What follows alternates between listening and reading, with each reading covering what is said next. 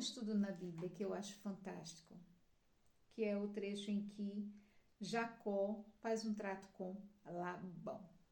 Vamos ler. Só resumindo, para quem não conhece a Bíblia, Jacó, ele era o filho de Isaque, que era o filho de Abraão. Ou seja, Jacó era foi o neto da promessa de Deus. Jacó, ele não nasceu sozinho, ele é gêmeo. Nasceu primeiro Esaú e Jacó nasceu agarrado ao pé de Esaú, mas a bênção de Deus é direcionada a Jacó. Esse é um outro estudo, mas vamos nos ater a esse. E essa parte da Bíblia é quando Jacó trabalhou por muitos anos para o seu sogro chamado Labão. E aqui eu vou ler e vocês vão entender o porquê. E ele quer seguir o caminho dele. Vamos lá. Esse trecho está em Gênesis, capítulo 30, versículo 25 em diante. Jacó e Labão fazem um trato. Depois do nascimento de José, Jacó disse a Labão: Deixe-me voltar para a minha terra.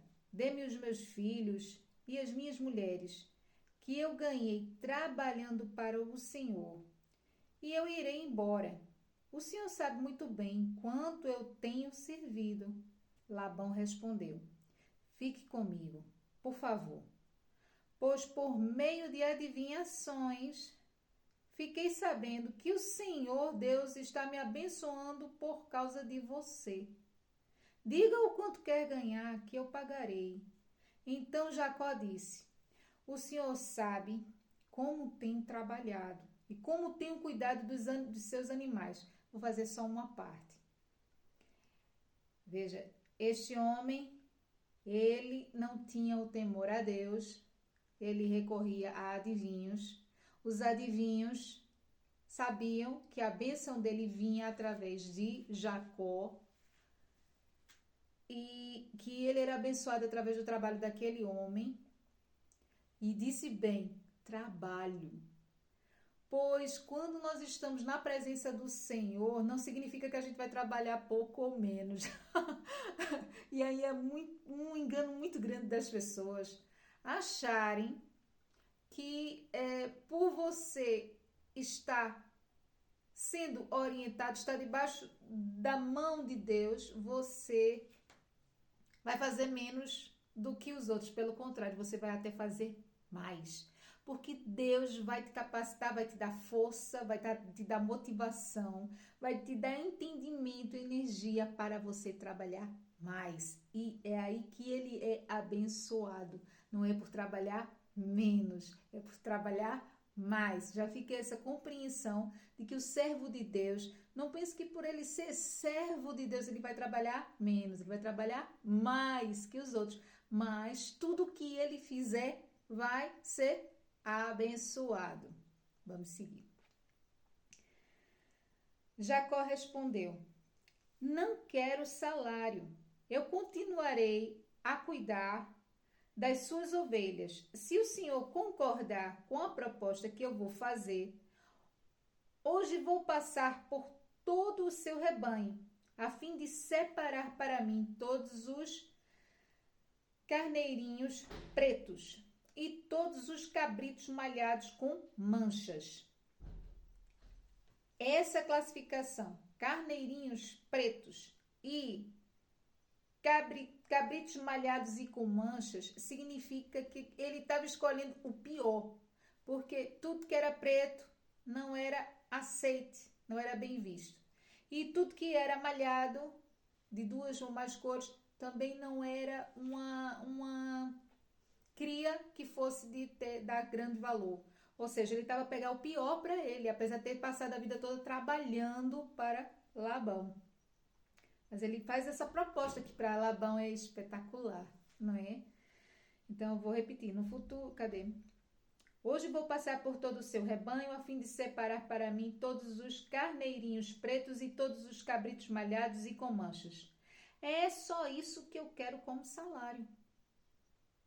No futuro, será fácil o Senhor saber se eu tenho sido honesto.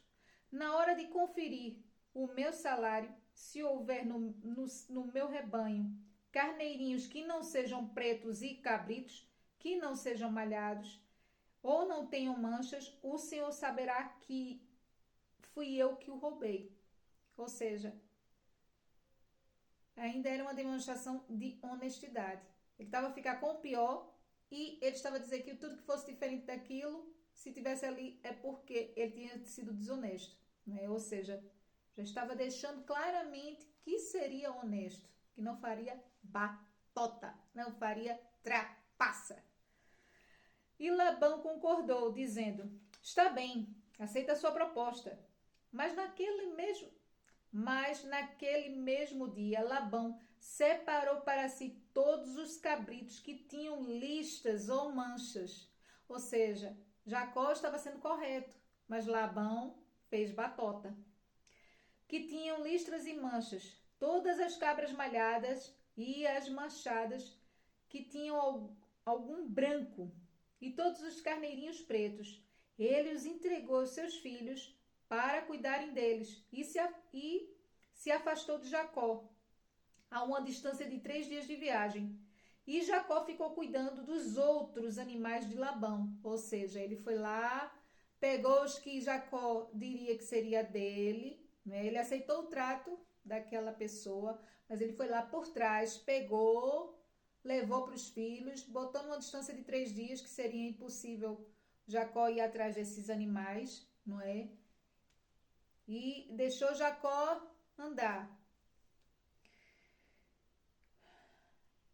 Então Jacó pegou galhos verdes de chopo, de amendoeira e de plântano e descascou-os, fazendo parecer listas brancas. Ou seja, fez uma treliça, uma cobertura.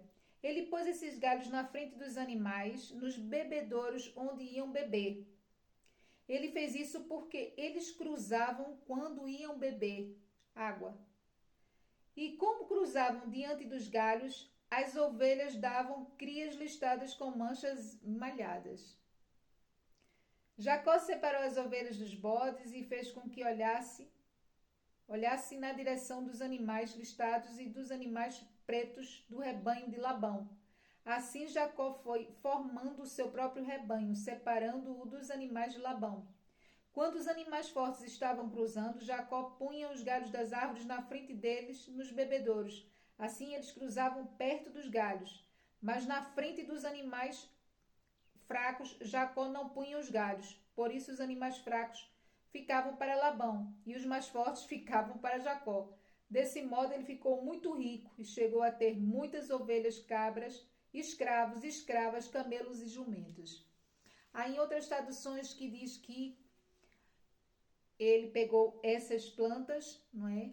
Que eu disse, e fez essas treliças e ficava a observar os animais. Tem um ditado muito certo que diz: o olho do dono é quem engorda o gado. Quando nós olhamos, nosso olhar, a nossa fé no que nós queremos, a nossa bênção que Deus coloca sobre nossa vida, faz com que